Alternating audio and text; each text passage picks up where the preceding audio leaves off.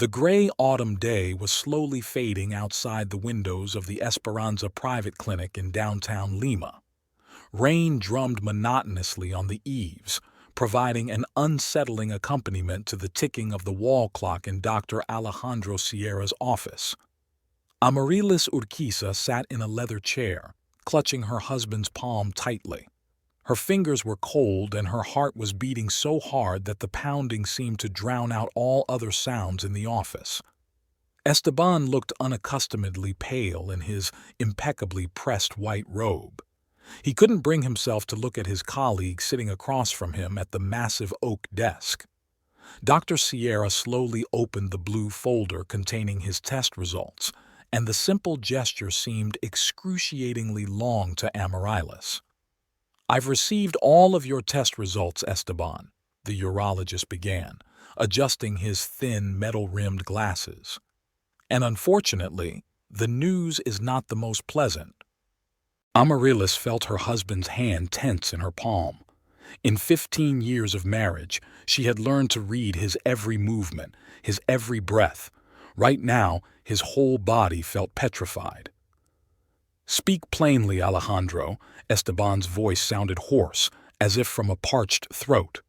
Dr. Sierra nodded, his gaze full of sympathy. "The results show complete azoospermia.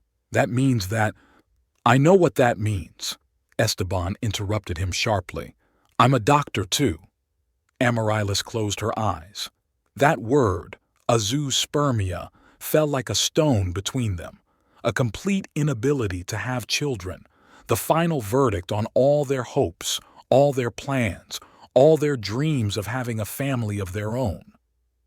"There are various treatments available," Dr. Sierra continued, laying out some booklets on the table. "We can discuss the options." "Likelihood of success?" Esteban asked, still curtly. The pause dragged on. The rain outside the window intensified, its noise filling the silence of the office.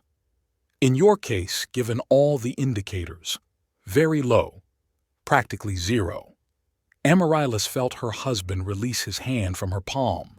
That simple movement pricked her heart painfully, the first sign of the alienation that would grow between them in the weeks to come. "Thank you, Alejandro." Esteban stood up, pulling his robe off in a mechanical motion. "I need to get back to my patients." "Esteban," Dr. Sierra rose as well, "perhaps you should take a few days off." "That won't be necessary," Esteban retorted, and headed for the door. Amaryllis remained seated, looking confusedly at the booklet spread out on the table. The bright glossy covers with smiling families seemed a cruel mockery. "Señora Urquiza," Dr. Sierra said softly, "your husband will need time to accept this news, and so will you. Don't rush it." She nodded, absent-mindedly gathering the booklets into her bag. Her fingers trembled, but she tried to keep her cool. Years as a nurse had taught her to maintain an outward calm in any situation. Leaving the office, Amaryllis walked slowly down the corridor of the clinic. Her heels clattered on the polished floor. She knew every corner of this building where she had worked for the past 12 years. This was where she and Esteban had met, where their romance had begun, where they had become family. Now these walls felt like they were crushing her, reminding her of unfulfilled dreams. She found Esteban in his office. He was sitting at his desk, deep in some paperwork, as if the last half hour hadn't existed at all. "Why don't we go home?" she asked quietly. "I have 3 more patients," he replied without lifting his head. "Take a cab if you're tired." "I'll wait for you." He didn't respond in any way, continuing to go through his papers. Amaryllis sank into the chair by the door, the familiar one for waiting patients. She felt exactly like that now, like she was waiting to see a strange, unfamiliar doctor, not her own husband. The next 3 hours dragged on interminably. Amaryllis watched Esteban receive patients, how confidently and calmly he spoke to them, wrote prescriptions, gave recommendations. Outwardly, he remained the same professional and attentive Dr. Urquiza. Only she noticed how his fingers twitch when he writes, how he avoids meeting her gaze. They drove home in complete silence. The city outside the cab windows was drowning in dusk and rain. Amaryllis wanted to take her husband's hand, but he pulled away, pretending to look for something in his coat pocket. Their apartment greeted them with its usual coziness: light-colored walls, framed photographs, indoor plants on the windowsills. Amaryllis had grown them with special care, imagining how she would someday teach her child to care for flowers. Now every pot of geraniums or violets seemed like a painful reminder. "I'll make dinner," she said, taking off her coat. "I'm not hungry." Esteban strode into the bedroom, closing the door tightly behind him. Amaryllis moved mechanically through the kitchen, chopping vegetables for a salad that no one would eat. She turned on the radio to fill the oppressive silence of the apartment. The announcer was cheerfully recounting the weather forecast for tomorrow, promising continued rain. An hour later, she knocked on the bedroom door. "Esteban, can we talk?" Silence. "Please don't shut me out." Movement was heard behind the door, but it never opened. "Now is not the time to talk," his voice came out muffled. "I need to prepare for counseling tomorrow." Amaryllis leaned against the wall, feeling tears rolling down her cheeks.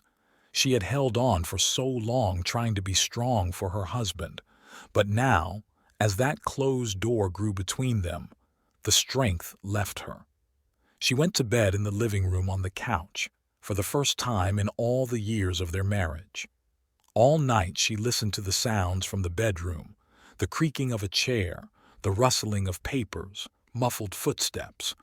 Esteban was awake, but she knew she couldn't help him with his pain and frustration right now. He'd always been like that, preferring to go through hardships alone. But never had the gulf between them been so deep. In the morning, she found a note on the kitchen table. "Left early. Meet me at the clinic." The handwriting was uneven, the letters sprawled across the paper, the marks of a sleepless night. Amaryllis crumpled the note and tossed it into the trash can. There was a new day ahead, and she had to find the strength to survive it. Like all the days that followed, which she now saw as an endless series of gray days without hope of the miracle they had waited so long for. Clinica Esperanza woke up early. Already at 7 in the morning, the corridors were filled with the sound of footsteps, the muffled voices of the nursing staff, the rustling of papers. Amaryllis was habitually changing in the locker room, buttoning up her snow-white robe. Her fingers trembled slightly. She'd barely slept the last 3 nights, listening to Esteban stirring in the next room. "Good morning, Senora Urquiza," the young nurse Rosita said hello, opening her locker. "You look pale today. Is everything all right?" "Yeah, just didn't get much sleep," Amaryllis smiled strainedly, fixing her hair in front of the mirror. Her ward began with a long hallway painted a calm beige color. Amaryllis remembered choosing that color herself 2 years ago, convincing the head doctor that it would have a calming effect on the patients. Now, these walls seemed as lifeless to her as everything else around them. The morning rounds began as usual. Amaryllis checked IVs, changed bandages, recorded instrument readings. Her hands moved automatically. Years of practice had made these actions reflexive. It allowed her thoughts to flow freely, returning again and again to a conversation she had been planning to start for days now. At 10 o'clock, she went up to the 3rd floor where the family medicine department was located. Esteban's office was at the end of the hallway. The sign with his name gleamed in the fluorescent lights. Amaryllis paused in front of the door, gathering her wits. Esteban was sitting at his desk, studying some paperwork. He didn't even look up when she entered. It had become a habit over the past few days. It was as if he didn't notice her presence, either at home or at work. "I brought you some coffee," she said, setting the cup on the edge of the desk. "Thanks. Put it over there." He waved his hand without taking his eyes off the papers. Amaryllis took a seat in the visitor's chair. The office smelled of medicine and antiseptic, familiar hospital odors that had not stirred her emotions before. Now, however, they reminded her of that day in Dr. Sierra's office. "Esteban, I was thinking," she began cautiously. "Maybe we should consider adoption." His hand, which held a pen, froze over the papers. There was complete silence in the office for a few seconds. "No," he finally answered, still not looking at her. "But why? There are so many children who need a family." "I said no." His voice grew harsher. "This isn't up for discussion. We can't even talk about it." Esteban finally looked up. His gaze was cold, detached. "I have a patient right now," he said, pressing the selector button. "Send in the next one." Amaryllis stood up, feeling her knees treacherously shaking. At the door, she turned around. "You can't avoid this conversation forever." "I can," he replied dryly. "And I will." The rest of the day passed like a blur. Amaryllis performed her duties mechanically, smiling at her patients, answering her co-workers' questions. But an emptiness grew inside her, filling her entire being with cold despair. During her lunch break, she went down to the hospital cafeteria. Her friend Marisol Paredes was already sitting at their usual table by the window, stirring the cooled soup. "You've been driving yourself absolutely bonkers," Marisol said, looking at her friend carefully. "When was the last time you had a proper meal?" Amaryllis shrugged, looking down at her plate of untouched salad.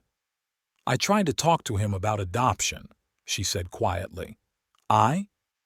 He won't even listen. Just cut him off. No, that's all." Marisol shook her head. "Men are so stubborn sometimes. Give him time." "How much?" Amaryllis asked bitterly. "He hasn't spoken to me in a week, almost never comes home, and when he does, he locks himself in his office with his papers. Maybe he needs professional help? A therapist? He's a doctor. He thinks he can handle himself." At a neighboring table, a group of interns laughed out loud. Their young, carefree voices cut the ear. Amaryllis wrinkled her nose. "You know," Marisol lowered her voice, "my cousin couldn't get pregnant for 5 years. She and her husband were getting desperate, and then they adopted a girl, and a year later she got pregnant. Can you believe it?" "We have a different case." Amaryllis shook her head. "There's no chance of a miracle here." After lunch, she returned to the ward. In the hallway, she ran into Dr. Sierra, who gave her a friendly nod. She tried to smile back, but only got a pathetic grimace. The day stretched on endlessly. Amaryllis filled out charts, administered injections, measured blood pressure.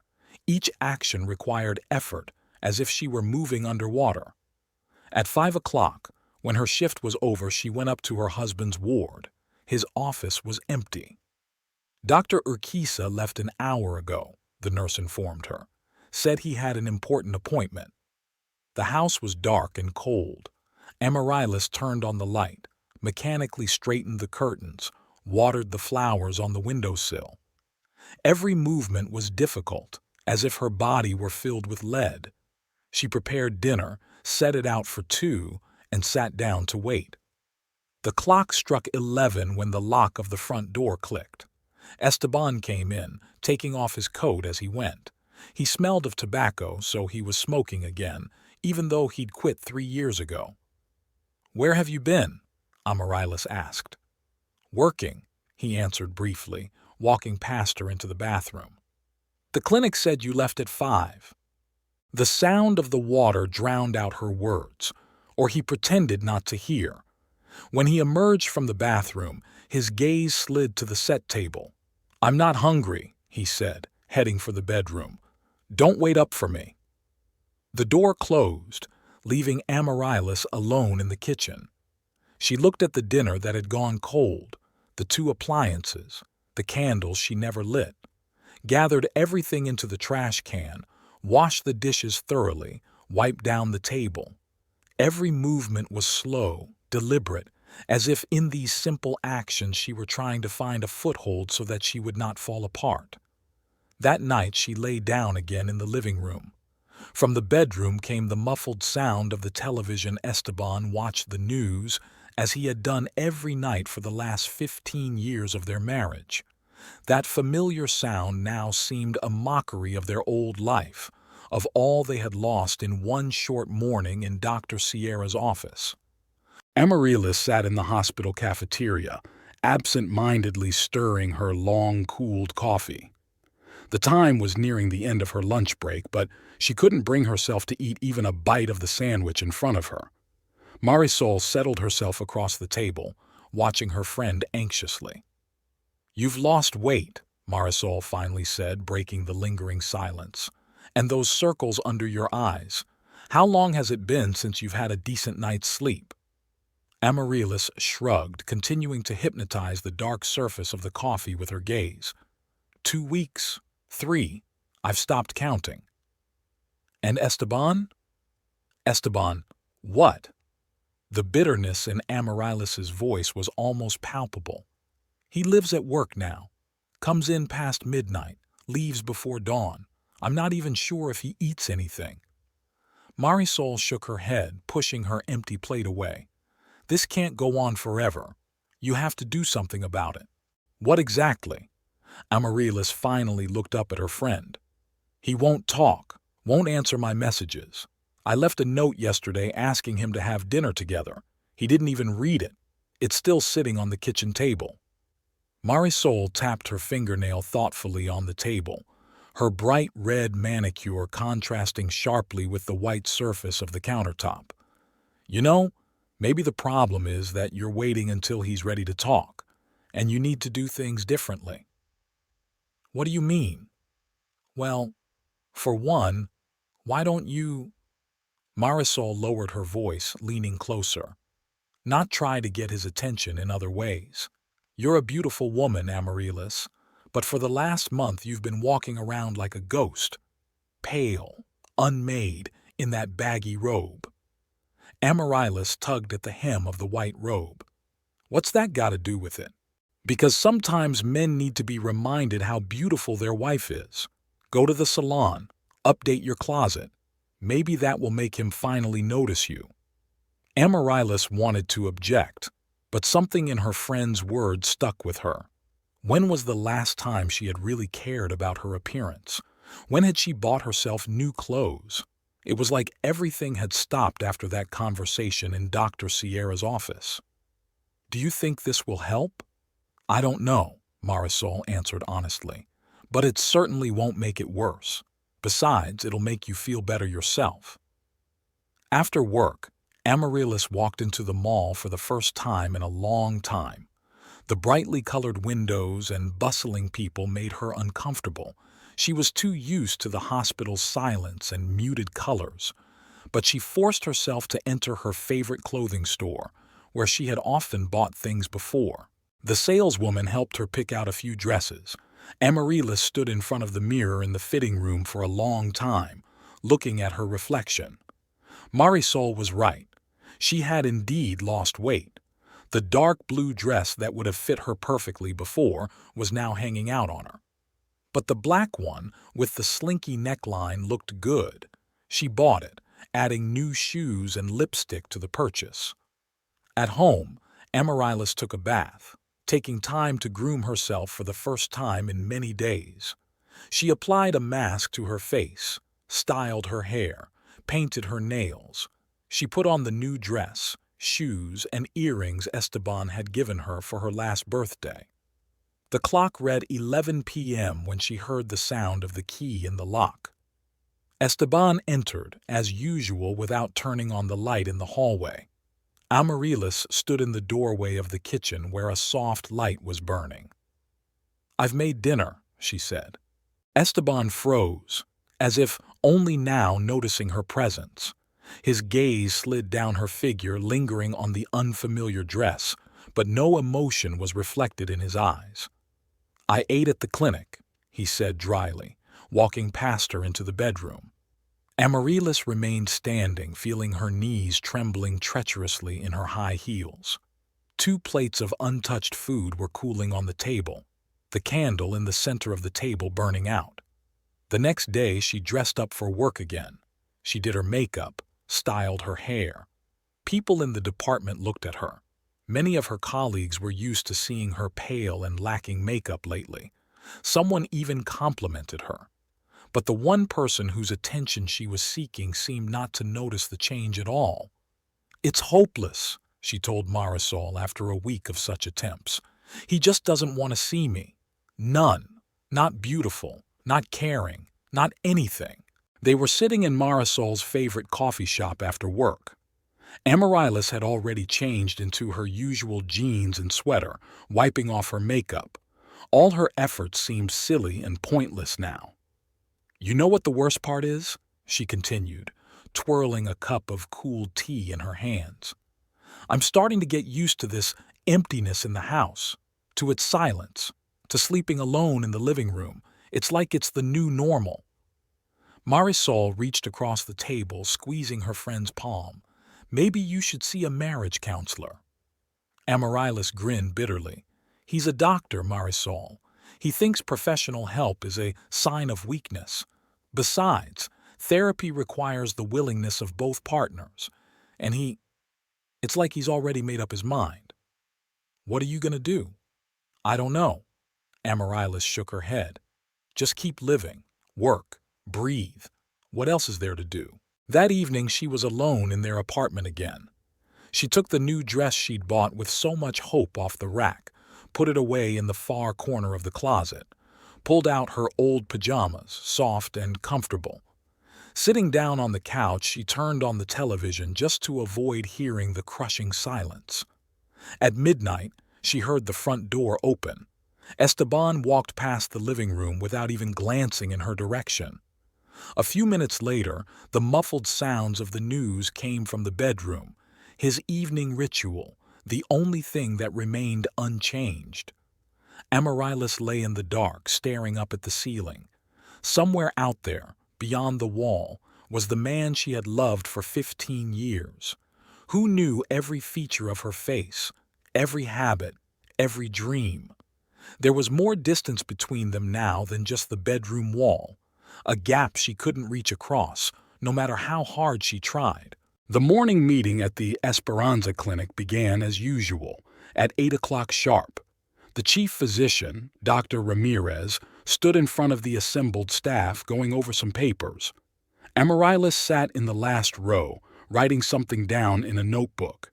Her gaze kept returning to the back of her husband's head, who had taken a seat in the front row, next to the other doctors. "One last announcement for today." Dr. Ramirez's voice brought her out of her reverie. "We have a new specialist joining us. Dr. Trinidad Zapata, a graduate of the San Marcos University School of Medicine, has completed her internship in Buenos Aires. Please love and welcome." The young woman rose from her seat, tall, slender, wearing a perfectly pressed white robe. Her dark hair was gathered into a flawless bun and a confident smile played on her lips. "Thank you for the warm welcome." Her voice sounded melodic and commanding at the same time. "I look forward to a fruitful collaboration with my colleagues." Amaryllis noticed several of the younger doctors straighten in their seats as Trinidad sat down. Even Esteban seemed to show interest. At least, for the first time in a long time, he looked focused on what was going on around him rather than immersed in his own thoughts.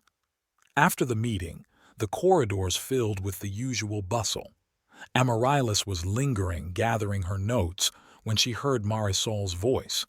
"Have you seen our new girl? She looks like she stepped off the cover of a magazine." "She's a doctor, Marisol. Her looks don't matter." "Oh, honey, looks always matter, especially when you're young, beautiful, and ambitious." Amaryllis shook her head, heading towards her department. It was going to be a busy day. Several complicated procedures, new admissions, endless charts to fill out. By lunchtime, she felt very tired. The last few weeks of sleep deprivation and stress were taking their toll. The dining room was unusually noisy. Everyone was discussing the new employee. "They say she's been working in the best clinics in Argentina," came a voice of admiration. Amaryllis took the tray of food and headed to the far table. But before she could sit down, Trinidad entered the dining room accompanied by several doctors. Esteban was among them. The new doctor held herself with remarkable confidence. She spoke animatedly, gesturing with her graceful hands with impeccable manicures.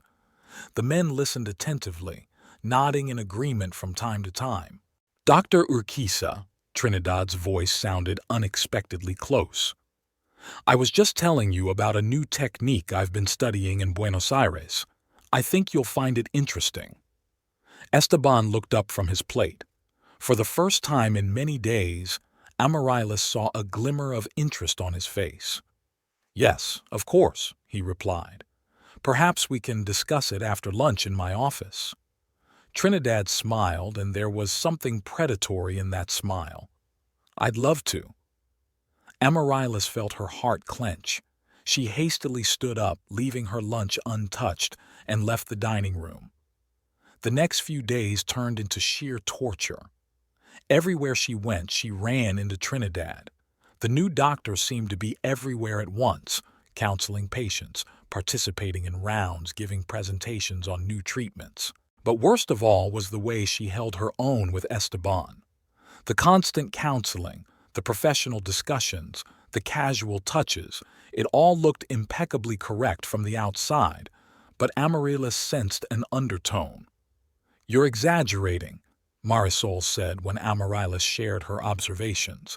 She's just trying to fit in. No, you don't see the way she looks at him, how she finds excuses to come into his office, how— Amaryllis, Marisol took her friend's hand. You've worn yourself out. Maybe you should take a vacation. Take a break from all this? But Amaryllis couldn't afford a vacation. Not now, when every day brought new reasons to worry. One morning she spotted Trinidad entering Esteban's office with 2 cups of coffee. Through the glass partition she could see her placing one in front of him, leaning closer than necessary.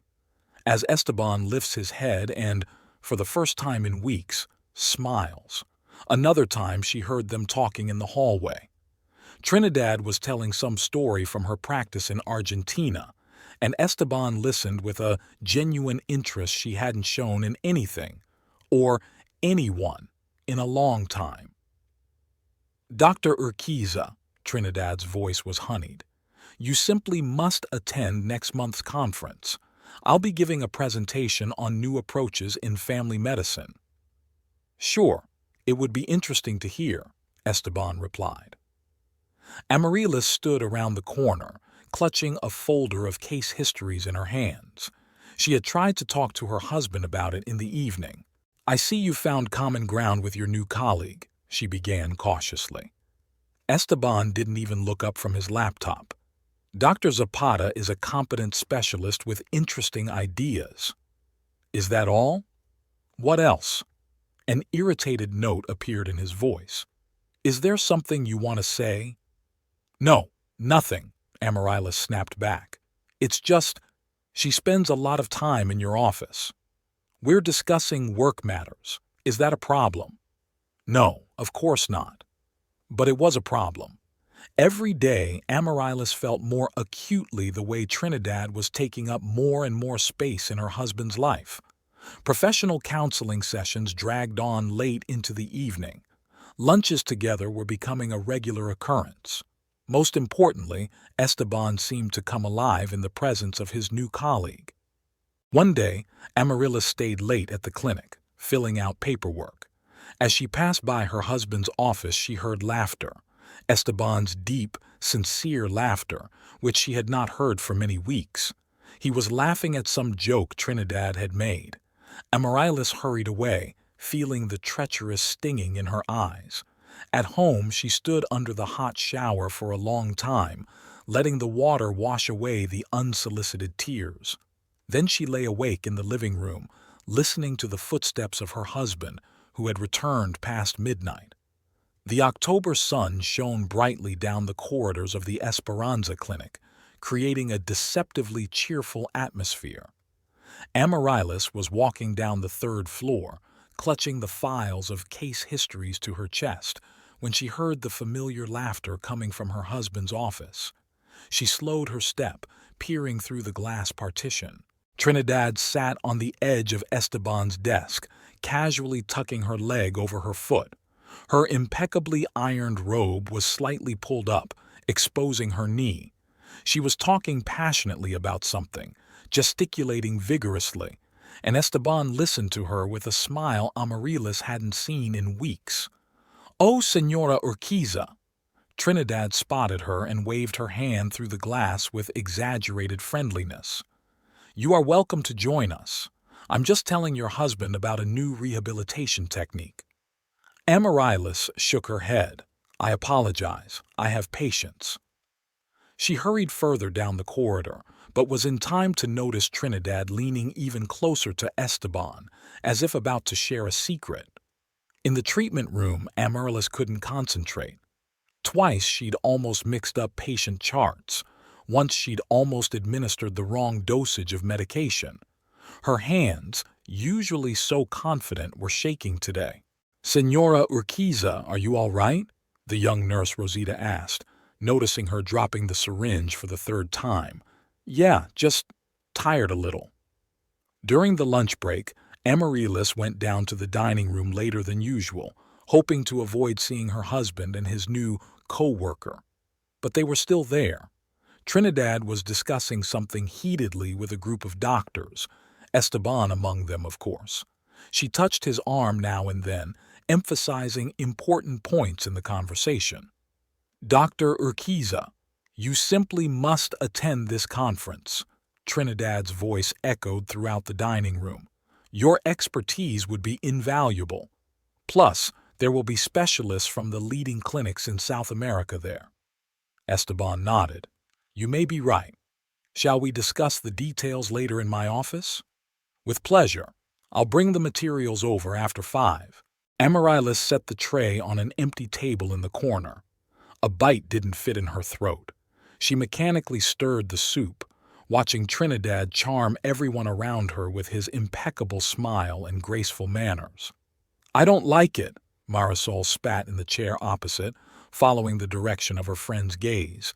"She's too blatantly flirtatious." "And he seems to like it," Amaryllis replied quietly. "You should talk to him." "And say what?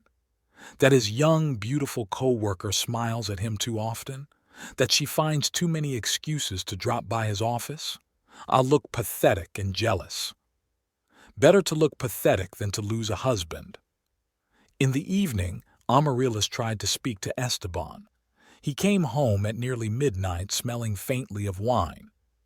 "Late for work?" she asked, standing in the bedroom doorway. "Yes, we were discussing details of an upcoming conference with Dr. Zapata."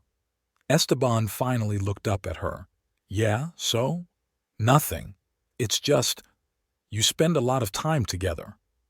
"This is professional communication, Amaryllis. Don't get me started." "Don't start what? Talking about how she's flirting with you in front of the whole hospital?" "You're exaggerating. Trinidad is a professional at what she does. Just because she's young and attractive doesn't make her any less of a competent professional." "Trinidad?" Amaryllis grinned bitterly. "Just Trinidad already, without the Dr. Zapata." Esteban rubbed his face tiredly. "I don't want to discuss it. I've had a rough day." "You've had a rough day every day. It's been 2 months now. You don't talk to me. You don't look at me. But it was worth it when she showed up." "Enough!" He rose abruptly. "I'm not going to listen to these baseless accusations. In case you haven't noticed, I'm trying to move on, trying to work normally again. And if a co-worker helps me do that with his knowledge and experience—" "With your knowledge and experience?" Amaryllis interrupted him. "Or with her smiles and short skirts?" Esteban looked at her with cold fury. "I'll spend the night in the office." He walked out, slamming the door. Amaryllis was left standing in the middle of the bedroom, feeling the ground go from under her feet. The next day at the clinic, things got even worse. Trinidad seemed to be purposely looking for excuses to show up where Amaryllis was. She consulted with her about patients, asking about some procedures, all the while emphasizing her professional interest. Senora Urquiza, you have worked here for so long, she said with a soft smile. Your experience is invaluable to young professionals like me. Every word sounded like a sneer. Every gesture was calculated to emphasize the difference between them. The young, successful, confident Trinidad and the tired, haggard Amaryllis. After lunch, Amaryllis watched Trinidad leave Esteban's office, fixing her hair. A satisfied smile played on her lips. Oh, Senora Urquiza, she nodded affably. Don't worry, I'm not keeping your husband too long. We're just discussing business matters. There was something in her voice that made Amaryllis get a chill inside. A hint, an implication, a hidden triumph. In the evening, she tried to talk to Esteban again. He had come home earlier than usual, but only to pack some things. Where are you going? To a conference, to Trujillo, for 3 days. With her? Esteban froze for a moment. Yes, Dr. Zapata is going too, and 5 other doctors from our clinic. And you're only telling me this now. What would have changed? Would you have made another jealousy scene? Amaryllis felt tears come to her eyes. I'm not making a scene. I just see what's going on.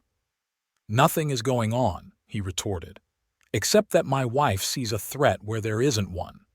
Really? Then why do you blush when she touches you? Why do you laugh at every joke she makes? Why? I'm not going to discuss that. He zipped up his bag. I'll be back in 3 days. When the door closed behind him, Amaryllis sank to the floor in the hallway. She sat like that for hours, staring at one point and trying to figure out when and how her life had turned into this nightmare. Where had she made a mistake? What could she have done differently? The 3 days without Esteban stretched on interminably. Amaryllis barely slept, checking her phone every few minutes, but he didn't call or text. But the clinic's chat room was filled with pictures from the conference, and every second one showed Trinidad standing next to her husband, always smiling at the camera. Marisol stopped by every night, bringing food, trying to distract her with conversation. But Amaryllis barely heard what her friend was saying. All her thoughts were occupied with what was happening now in Trujillo. You have to talk to her, Marisol finally said, watching Amaryllis check her phone for the 100th time. Not to Esteban, to her. Put her in her place. And tell her what? The truth. That she's destroying the family, that her behavior is unprofessional, that she should stay away from your husband. Amaryllis shook her head. She'll just laugh at me. Then let her laugh, but at least you'll say what you think. The day Esteban returned, Amaryllis arrived at the clinic earlier than usual. She had stayed up all night contemplating the upcoming conversation. Her footsteps echoed in the empty hallways. Trinidad showed up around 9 o'clock, impeccably dressed and coiffed as always. She walked down the hallway, heels clacking, humming something to herself. Dr. Zapata, Amaryllis called out to her, may I speak with you? Trinidad turned around, the usual luscious smile on her face. Of course, Senora Urquiza. Is it something urgent? Let's go to the treatment room. It's free right now. They entered a small room that smelled of medicine. Amaryllis closed the door and turned to Trinidad. I want to talk about your behavior with my husband.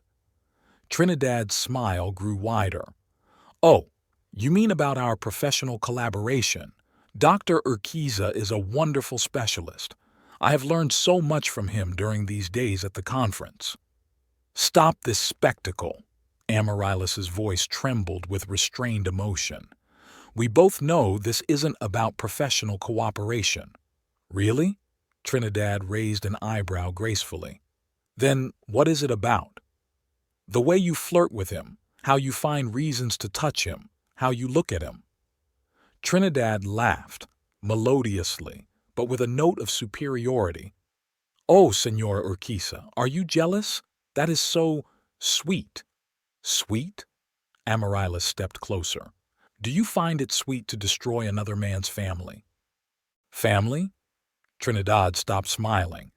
Let me be frank, Senora Urquiza. What I see is not a family, but two people living under the same roof and unable to give each other what they need. Esteban, excuse me, Dr. Urquiza, is a talented physician who is suffocating next to you. You know nothing about us. I know enough. I know how his eyes light up when he talks about medicine, how he blossoms when someone truly understands his interests and ambitions, when there's a woman around who can be not only a wife, but an equal partner in the profession. Each word hit exactly on target. Amaryllis felt her fingers go numb with tension. Stay away from him. Trinidad took a step closer, and now they stood almost close. Or what? What will you do, Senora Urquiza? Make a scandal? Complain to your superiors about professional communication? Or will you just continue to play the victim? I'm not playing the victim. I'm defending my marriage. Protecting? Trinidad grinned contemptuously. From what? From the chance for your husband to be happy, from the chance to meet a woman who truly understands him. No, you listen, Trinidad interrupted her. I'm young, I'm beautiful, I'm smart. I have a brilliant career and big plans. And if Esteban sees something in me that he hasn't seen in you in a long time, it's not my fault. Maybe instead of threatening me, you should consider why your husband prefers to spend time with me instead of you. Amaryllis felt her knees shake. She leaned against the wall to keep from falling. You're playing with him, she said quietly. It's just entertainment for you. Oh no, Senora Urquiza. Trinidad smiled her predatory smile again. For me, it is not a game. I always get what I want, and right now, I want your husband. She headed for the door, but at the very exit she turned around. And you know what? He wants it too. You see that, don't you? You see the way he looks at me, the way he smiles at me, how he comes alive around me. When was the last time he looked at you like that? The door closed behind her. Amaryllis sank slowly into a chair, feeling tears rolling down her cheeks. The worst part was that Trinidad was right. She had seen all those looks, the smiles, the moments of revitalization, saw her husband change around this woman. Marisol found her there an hour later. Amaryllis was still sitting in the same position, staring at one point. What's wrong? Her friend squatted down beside her. Did you talk to her? Amaryllis nodded. I? She didn't even try to deny it. On the contrary, Her voice trailed off. Marisol put her arm around her friend's shoulders. Tell me everything. And Amaryllis told, every word, every look, every intonation. Marisol listened in silence, only squeezing her shoulders tighter. She's a monster, Marisol said at last. A calculating, cold-blooded monster. No, Amaryllis shook her head. She just knows what she wants, and knows she can get it. You can't give up. What's left for me to do? You see what's going on. Esteban. It's like he woke up from hibernation next to her. She's young, beautiful, successful. She can talk to him as an equal about medicine, about science. And me. I'm just a nurse who can't give him children. Stop it. Marisol shook her by the shoulders. You're his wife. You've been together 15 years. Doesn't all that mean anything? To him? Apparently not. The rest of the day passed like a blur. Amaryllis performed her duties mechanically, avoiding the third floor where her husband's office was located. But even from afar she could hear Trinidad's familiar laughter echoing through the corridors. She didn't go home that evening. Marisol took her to her room, gave her hot tea and rum, and put her to bed in the guest room. For 2 weeks after her conversation with Trinidad, Amaryllis stayed with Marisol. She could not bring herself to return home, where every object reminded her of a happy family life that now seemed a distant dream. Esteban didn't seek to see her, didn't call, didn't write messages. He only sent a short letter to her work email asking where his winter things were. She tried to stay away from the third floor at work, but rumors still reached her about how often Trinidad stayed late in her husband's office, about them having lunch together at the cafe across the street from the clinic, about how he drives her home in his car. "You need to pack," Marisol said one morning, watching her friend wear the same blouse for the third time. "You can't live out of suitcases forever." Amaryllis knew she was right. She needed to get home, if only for a little while. Pick up the things she needed, her papers, her favorite books. Maybe talk to Esteban, one last time. She decided to go after hours when the clinic would be less crowded. All day she worked on autopilot, mechanically performing the usual activities, taking blood pressure, giving injections, filling out charts. Patients said something to her. She answered, but the words passed her consciousness. At 6 in the evening, when most of the staff had already dispersed, she went up to the third floor. She needed to drop off the last of her charts at the front desk, and then she was going to go home. The corridor was unaccustomedly quiet and empty. As she passed her husband's office, she noticed a streak of light under the door, so he was still here. Amaryllis slowed her step, listening. Muffled voices came from behind the door.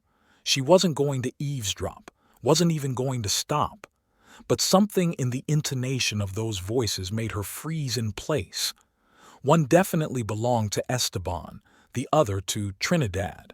"You can't avoid a decision forever," Trinidad was saying. "We both know what's going on between us." "It's complicated," Esteban's voice sounded muffled. "Which is what, exactly? Admitting that you don't love your wife anymore? That next to me, you feel alive?" Amaryllis felt the ground go from under her feet. It was one thing to suspect, to guess, and quite another to hear it like this, standing outside her own husband's door. "Trinidad, Shh, don't say anything." There was silence. Amaryllis knew she had to leave, should turn around and run as far away from here as she could, but her feet felt like they were stuck to the floor. With a trembling hand, she pushed the door open. They didn't even hear her come in. Trinidad was sitting on Esteban's desk with her arms around his neck. He stood between her spread knees, his palms resting on her waist. They kissed, deeply, passionately, oblivious to everything in the world. The card folder fell out of Amaryllis's hands. The sound of falling papers made them recoil from each other. "Amaryllis!"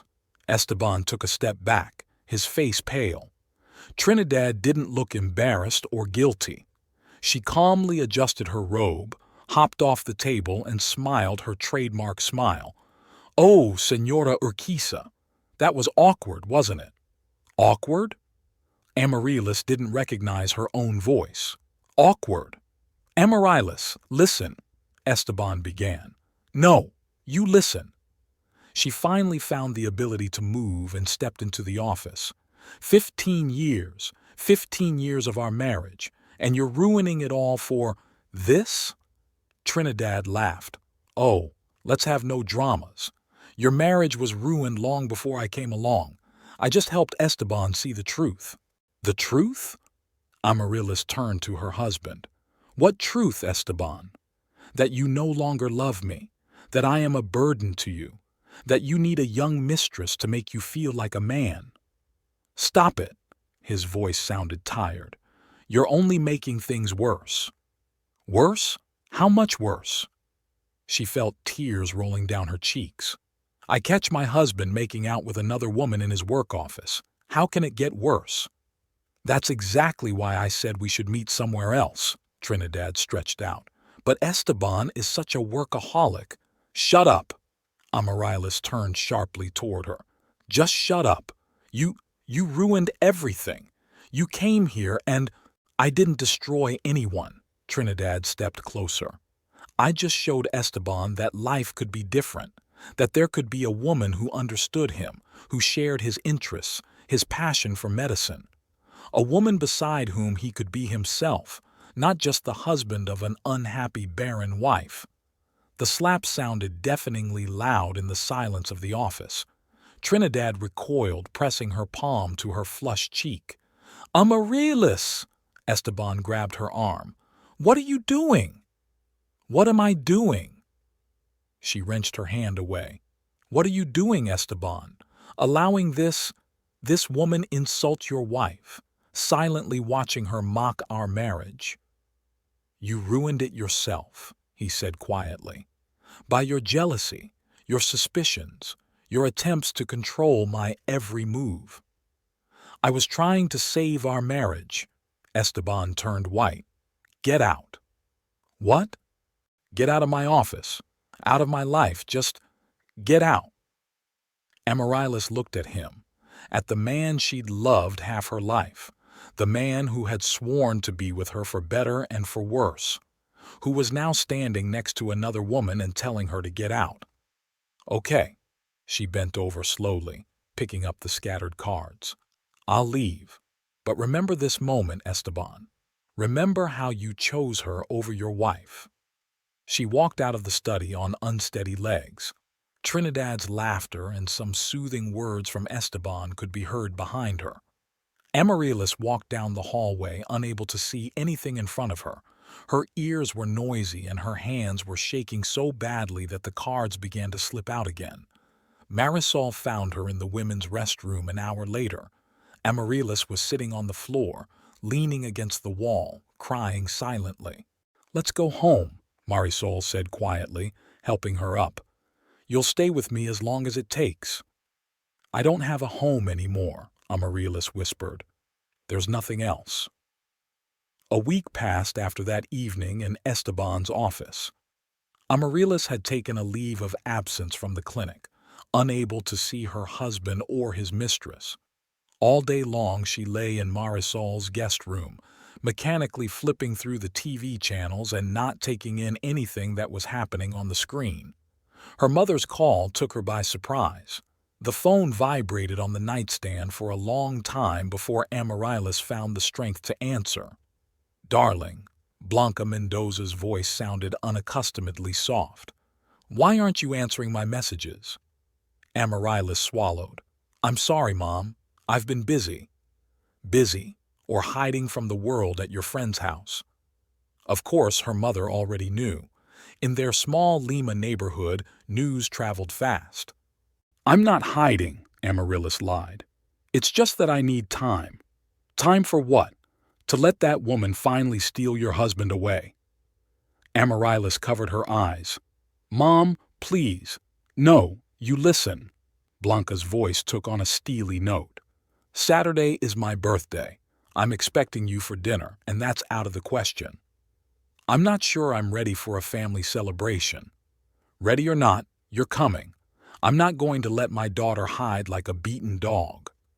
After speaking to her mother, Amaryllis sat for a long time, staring into the space in front of her. Blanca had always been a bossy woman, used to controlling everything. Since her father's death 5 years ago, she had become even more demanding of her daughter. Marisol, returning from work, caught her friend packing. "What are you doing?" "Gotta go home." Amaryllis was putting clothes into her bag. "I can't go to my mother's birthday party wearing the same dress." "Are you really going to go?" "I don't have a choice. You know my mom." Her and Esteban's apartment was empty and dusty. There was a cup of dried coffee on the kitchen table. He must have stopped by here in the morning. Amaryllis tried not to look at the family photos on the walls, at the 2 robes still hanging side by side in the hallway, at his slippers by the bed. She quickly gathered the necessities: a few dresses, shoes, makeup. In the bathroom she lingered, looking at the 2 glasses of toothbrushes. Hers was pink, his was blue. For 15 years they'd stood side by side. Saturday came all too quickly. Amaryllis spent the morning at the beauty parlor, the first time in a long time she'd had her hair done, a manicure, light makeup. She knew her mother wouldn't approve of her haggard appearance. She chose a dark blue dress, austere but elegant. She wore pearl earrings, a gift from Esteban for their 10th wedding anniversary. Her hands trembled as she fastened the lock. Her mother's house greeted her with the sounds of music and voices. Blanca had always loved lavish celebrations, inviting many guests. Amaryllis took a deep breath before ringing the doorbell. Finally, Blanca opened the door, casting her daughter a critical eye. "You've lost weight." "Happy birthday, Mother." Amaryllis handed her a neatly wrapped box of her mother's favorite perfume. "Come on in. The guests have already gathered." The living room was crowded. Relatives, family friends, neighbors, all the people who probably already knew about her family drama and would now be whispering behind her back. Amaryllis felt her heart clench, and then she saw him. Esteban was standing at the window, talking to her uncle Raúl. He looked tired, gaunt, but still handsome. For a moment their eyes met, and Amaryllis felt as if time had stopped. "Mom," she turned to Blanca, "why did you invite him?" "He's still your husband," Blanca retorted, "and a member of the family. But you know what happened. That's exactly why I invited him over. You need to talk, work things out like adults, not run from each other." Amaryllis wanted to object, but at that moment Aunt Consuelo came up to them, and the conversation had to be cut short. She spent the next hour receiving sympathetic looks from her relatives and answering endless questions about her well-being. Esteban kept to the other end of the room. He was clearly uncomfortable, but out of politeness he kept up a conversation with his wife's relatives. During dinner they were seated next to each other. Blanca's idea, of course. Amaryllis could feel the warmth emanating from him, the familiar scent of his cologne. Their elbows accidentally made contact when he reached for the salt, and she jerked her hand away as if from fire. "I'm sorry," he muttered. "Don't be." "I didn't mean to come," he said quietly while the others were busy discussing Blanca's new sauce. "But your mother was very insistent." "Yes, she knows how to insist. How are you?" Amaryllis turned to him, feeling a wave of anger rising inside. "Do you really want to know? Or is this just being polite?" "Amaryllis." "No, it's fine. I'm fine. Just fine. And how's your co-worker? Still sharing professional experiences in your office?" Esteban turned pale. "Not here. Not now." "And when? When is the right time to discuss how you ruined our marriage?" "You ruined it with your own jealousy and suspicions." "Which turned out to be true." They were interrupted by the clinking of a glass. Blanca stood up, about to make a speech. Amaryllis turned away from her husband, pretending to listen intently to her mother. But the words passed her consciousness. Her whole being was focused on Esteban's presence beside her, on the pain and anger simmering inside. After dinner, the guests moved back into the living room. Blanca turned on the music and some couples began to dance. Amaryllis stood against the wall, watching the fun and feeling like a complete stranger at this celebration of life. Esteban headed toward her, but at that moment there was a loud knock on the door. Everyone turned around. Blanca frowned. She didn't like uninvited guests. The door swung open before anyone could open it. Trinidad stood on the doorstep, wearing a tight red dress, perfectly styled and made up. She smelled of expensive perfume and victory. "I apologize for the intrusion," she smiled her trademark smile. "But I have an important announcement that can't wait." Amaryllis froze, feeling the ground go from under her feet. She saw Esteban turn pale, her mother's eyes widen, and the guests smile in anticipation of scandal. Everything suddenly looked like the cheap melodrama Marisol loved to watch. Only this wasn't a melodrama. It was her life falling apart right in the middle of her mother's birthday party. There was a heavy silence in the living room. The music continued to play, but seemed out of place now, almost offensive. Trinidad stood in the doorway, radiating confidence and superiority. Her red dress seemed like a bloodstain on Blanca's beige carpet. "What does that mean?" Blanca was the first to break the silence, her voice ringing with barely contained anger. "Who are you?" Trinidad took a few steps forward, her heels clattering on the parquet floor. "Oh, pardon my impoliteness. I'm Dr. Trinidad Zapata, Esteban's colleague. Or rather," she smiled as she looked at him, "more than a colleague." Amaryllis felt her fingertips go numb. She watched the guests begin to whisper, their gazes moving from her to Esteban, to Trinidad, to her again. Their eyes read greedy curiosity. Such scandals didn't happen often, even in melodramas. "Get out of my house!" Blanca stepped forward, blocking her daughter. "Now!" "Oh no!" Trinidad shook her head, her earrings swinging in time with the movement. "I'm not leaving until I say what I came for. Everyone needs to know the truth." Esteban finally came out of his daze. "Trinidad, stop. Not here." "Where is it, sweetheart? In your office? Or in our apartment where we've been spending the last few weeks?" A collective sigh rippled through the room. Aunt Consuelo clutched at her heart. Uncle Raul started filming what was happening on his phone until his wife yanked him away. Amaryllis stood there, unmoving. She could feel the stares of everyone present, sympathetic, curious, judgmental. She wanted to fall through the ground, to disappear, to cease to exist. But she forced herself to stand upright, looking straight into the eyes of the woman who had ruined her life. "Dear guests," Trinidad raised her voice as if about to make a toast, "I have happy news for you. I'm pregnant." Time seemed to stop. Amaryllis saw her mother's eyes widen. Esteban's knuckles turn white as he gripped the back of the chair. Some of the guests gasped. Some started to applaud, but quickly fell silent, realizing the inappropriateness of the reaction. "And of course," Trinidad continued, her voice oozing honey, "the baby's father is Esteban." "What?" Esteban took a step forward. "What are you talking about?" "Oh, honey, there's no need to deny the obvious.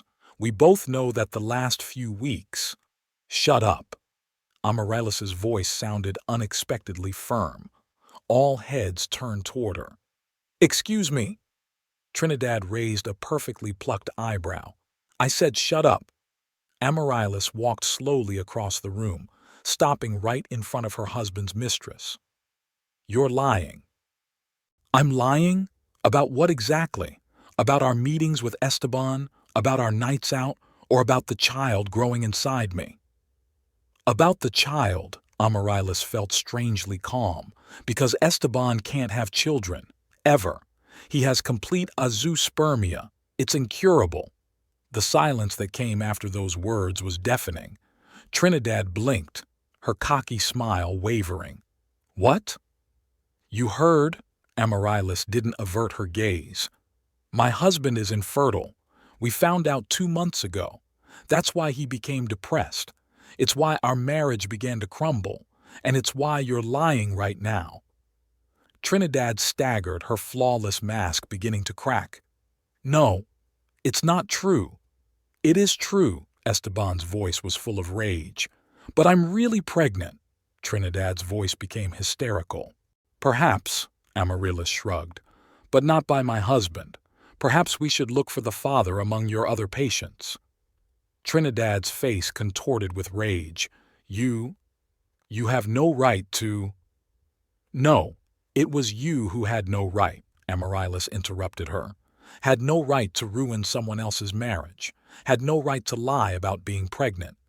Had no right to come here and make this spectacle." The guests began to whisper louder. Now their eyes read condemnation, but directed no longer at Amaryllis, but at Trinidad. "Esteban," Trinidad turned to him, her voice trembling. Tell them we love each other." But Esteban looked at her in disgust. "Love? You took advantage of my weakness, my depression. You manipulated me when I was most vulnerable. And now you're trying to tie me to you by lying about being pregnant? But I thought—" "You thought what?" His voice trailed off in anger. That I would give up 15 years of marriage for a woman capable of such meanness? That I would believe in a miraculous conception knowing my diagnosis? That I would— Enough, Blanca stepped forward. Raúl, escort Senora Zapata to the door and make sure she never appears in this house again. Trinidad looked around the room. Dozens of judgmental stares were directed at her. Her flawless makeup had smeared with tears. Her red dress now seemed vulgar and inappropriate. "You're all going to regret this," she hissed, but her words sounded pathetic and unconvincing. Uncle Raúl took her under his elbow and led her toward the exit. Trinidad's heels clung to the carpet and she stumbled but kept her head held high. When the door closed behind her, a heavy silence hung in the room. Amaryllis could feel her knees trembling, but she continued to stand straight. She would not give her guests the pleasure of seeing her weakness. "Okay," Blanca clapped her hands together. "The show is over. Consuelo, help me with dessert. The rest of you, please come to the table." The guests reluctantly moved into the dining room, still whispering. Esteban remained standing still, looking at Amaryllis as if seeing her for the first time. "I'm leaving," he said finally. "I'm sorry, Blanca. Sorry, Amaryllis." He walked out without looking back. Amaryllis stared after him, feeling a strange emptiness inside. There was no triumph at Trinidad's exposure, no joy that the truth had come out, only fatigue and the realization that their marriage could not be saved anyway. Blanca walked over to her daughter, hugging her tightly. "You held up well." "Thank you, Mother," Amaryllis pulled away. "But I think I'd better go too." "Of course, dear. Marisol, show her out." Monday came unexpectedly gray and dank. Amaryllis woke up in Marisol's guest room to the sound of rain drumming on the eaves. Her phone was bursting with messages and missed calls. News of the scandal at Blanca's birthday party had spread throughout her family and acquaintances. "You don't have to go to work today," Marisol said, setting a cup of coffee in front of her friend. "You can take a few more days off." Amaryllis shook her head. "No, no more hiding. Sooner or later, I'm going to have to face them both." Things were different at the clinic. As soon as she stepped into the lobby, the conversations died down and the eyes of her co-workers turned in her direction. Some averted their eyes in a hurry. Others looked at her with unconcealed curiosity. Rosita, a young nurse, was the first to run up to her. "Senora Urquiza, you wouldn't believe what was going on here this morning." "What happened?"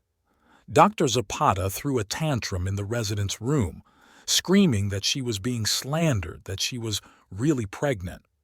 Then Dr. Ramirez called her in and what? Amaryllis forced herself to speak calmly. She was fired for inappropriate behavior and lying about the pregnancy. She packed her bags and left an hour ago. Amaryllis nodded silently and headed towards her department. Along the way, she met several doctors who had always admired Trinidad before. Now they greeted Amaryllis especially affably, as if trying to make amends. In the treatment room, she was methodically preparing her instruments for her first patient when there was a knock at the door. Standing on the threshold was Dr. Sierra. "Amaryllis," he called her by her first name for the first time, rather than Senora Urquiza. "May I speak with you?" She nodded, continuing to lay out her tools. "I must apologize," he began, taking a seat in the chair. "I saw what was going on between your husband and Dr. Zapata, saw it and kept quiet. I should have intervened. It's not your fault, Dr. Sierra. And yet, when I informed you both of the diagnosis, I should have insisted on psychological help. Esteban couldn't handle the news, became vulnerable, and she took advantage of it." Amaryllis set aside the last instrument. "You know what the weirdest thing is? I'm almost grateful to her." "Grateful?" Dr. Sierra raised his eyebrows in surprise. "Yes. She has shown the true face not only of herself but also of my husband's. Now I know which is more important to him, pride or loyalty." At that moment, Rosita looked into the office. Senora Urquiza, there's a Dr. Urquiza wants to see you. Dr. Sierra stood up. I'll leave you to it. Esteban entered as Amaryllis was wiping the work surface with antiseptic. He looked gaunt, dark circles under his eyes. We need to talk, he said. About what? About how you let her humiliate me in front of the whole family, or about how you've been silently watching her play this whole time. I didn't know she was capable of such a thing. Amaryllis chuckled bitterly. Of course you did. You only saw what you wanted to see. A young, beautiful woman who admires you, who made you feel like a man again. That's not fair. Not fair? She finally turned to him. Was it fair to make out with her in your office? Was it fair to spend nights with her while I waited for you at home? Was it fair to let her abuse me? Esteban lowered his head. I'm confused. After the diagnosis, I stopped feeling complete, and she took advantage of that. And you let her do it. I know. And I'm sorry. Regret? Amaryllis shook her head. You know what the worst part is? Not her lying about the pregnancy, not your cheating. It's that when it was all revealed, you didn't even try to protect me. You stood by and kept quiet while she trashed our marriage. I was shocked. You always make excuses, Esteban. Your depression, your infidelity, your silence. But sometimes excuses aren't enough. Footsteps were heard in the hallway. The first patient had arrived. Amaryllis began to put on her gloves. What now? Esteban asked quietly. Now? Now you file for divorce. Or I'll file. What difference does it make? You don't even want to try to make things right? Amaryllis looked at him with a long stare. What's there to fix, Esteban? You betrayed more than just me. You betrayed our marriage, our trust, everything that was between us for 15 years. I loved you. Loved you. Past tense. And you know what? I loved you too. But now I don't even recognize the man you've become. There was a knock on the door. The patient was waiting. Esteban slowly headed for the exit but stopped at the door. I'm quitting the clinic. Already submitted my application. It's your choice. I can't see you every day and remember what I've done. Running away from your problems again? He didn't answer, just stepped out, letting the incoming patient pass. Amaryllis forced herself to smile at the older man who was getting comfortable on the couch for a procedure. The day stretched on endlessly. Every rustle in the hallway made her flinch. She feared Trinidad might return, cause another scandal. But she never showed up. That evening, packing her bag before she left, Amaryllis found an envelope on her desk. Inside was a divorce petition, already signed by Esteban, and a short note. You deserve better. Forgive me if you can. She took a long look at the familiar handwriting, at the signature at the bottom of the sheet. 15 years of marriage packed into one official document. 15 years of love, of hopes, of plans together, all ended here in the hospital back room with the fluorescent lights buzzing. Marisol was waiting for her at the exit. How are you? I don't know, Amaryllis answered honestly, showing her friend the envelope. I just don't know. They walked down the evening street, the rain still drizzling down, turning the lantern lights into blurry patches. Amaryllis thought about how strangely life works. Sometimes it takes complete destruction to start something new. You know, she said finally, I'm almost glad she lied about being pregnant. Why? Because that lie showed the true nature of both of them. Her, capable of any meanness. Him, willing to watch in silence as someone else's life fell apart. Marisol squeezed her friend's hand tighter. You are strong, Amaryllis. You'll get through this. I know, it's just, I thought our love was stronger, that it could withstand any challenge. Sometimes the strongest love is shattered by the most common human weakness. They walked further down the wet sidewalk and Amaryllis felt strangely relieved. It was as if the weight of the last few months, the suspicion, the pain, the humiliation, was beginning to let go. There was the unknown ahead, but even that seemed better than a false life with a man she no longer recognized. A month passed. The Esperanza Clinic was gradually returning to its usual rhythm of life. Esteban's place was taken by a new doctor. His patients were getting used to the changes, and the story of Trinidad was gradually turning into one of the many hospital legends that the staff retold to each other in their moments of rest. Amaryllis plunged headlong into her work. She took extra shifts, stayed late, volunteered on weekends, anything to avoid returning to an empty apartment where every corner reminded her of her past life. That morning she arrived earlier than usual. It was drizzling rain, turning the streets of Lima into a gray blur. The waiting room was unusually quiet, with only the rustling of papers and the muffled voices of the nursing staff. "Senora Urquiza," Rosita called out to her, "you are needed in Ward 3. There's a boy there, 8 years old. His mother was in an accident, now in surgery."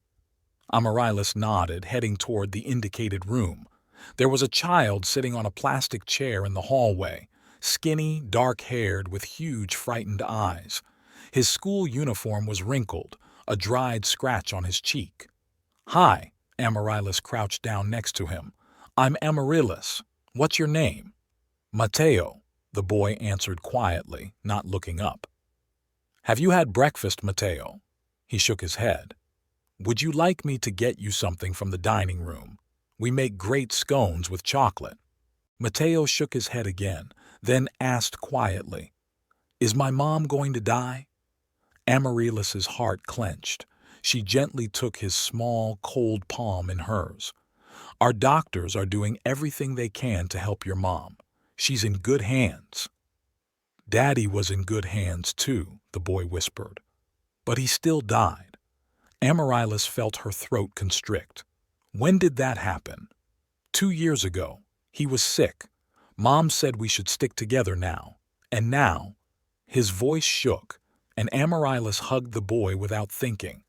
He clung to her, trembling with his whole body but not crying. Apparently, the tears had already run out. "You know what?" she said, stroking his back. "Let's go get those scones after all, and then I'll show you something interesting." Mateo allowed himself to be led away to the dining room. Amaryllis took 2 buns with chocolate, 2 glasses of warm milk. They sat down at the far table and she began to tell him about the clinic, about funny cases, about patients who had recovered against all odds. Gradually, the boy began to thaw. He ate a bun, drank milk, even asked a few questions about the medical equipment he saw in the hallways. "Do you want to be a doctor?" Amaryllis asked, noticing his interest. "I don't know," Mateo shrugged. "My mom says I'm too young for that kind of decision." "What do you like to do?" "Drawing, and read books about animals. I have a whole collection of encyclopedias." Amaryllis pulled a notebook and pens out of her bag. "Why don't you draw something? Time will pass faster." They spent the next hour drawing. Mateo created a whole zoo: elephants, giraffes, penguins. His hand guided the paper with confidence, and his eyes were no longer so frightened. "And this is my cat Misto." He showed a drawing of a striped cat. "My mom gave him to me after my dad died, said he would protect me." "Beautiful cat," Amaryllis smiled. "Is he home alone right now?" "No. A neighbor is watching him. She's kind, always gives him his favorite canned food." At that moment, Rosita appeared. "Senora Urquiza, the operation is over. Everything went well." Mateo jumped up. "Really? Mom will live?" "Yes, little one," Rosita smiled. "Your mom will live. She's sleeping right now after the surgery, but she'll wake up soon." "Can I see her?" "In a couple hours when she's moved to her room. In the meantime, why don't I take you to the restroom? There's a TV and comfy chairs." Mateo turned to Amaryllis. "Will you come to see me again?" "Of course," she stroked his head. "I have to see what other animals you'll draw." As Rosita led the boy away, Amaryllis remained seated at the table, looking at the drawings. Something shook in her soul, something she had thought was permanently frozen after all the events of the past few months. The day flew by unnoticed. Amaryllis stopped by Mateo's house several times, bringing him juice and cookies, listening to him talk about school, about his cat, about his favorite books. By evening, his mother had recovered, and they were finally reunited. "Thank you," the woman said, smiling weakly from her hospital bed. "Mateo told me how you took care of him all day." "You're welcome." Amaryllis adjusted the IV. "You have a wonderful son." In the evening, Mateo's grandmother arrived, a graying, elegant woman with kind eyes. She hugged her grandson tightly, kissed her daughter, and then turned to Amaryllis. "God bless you, Senora.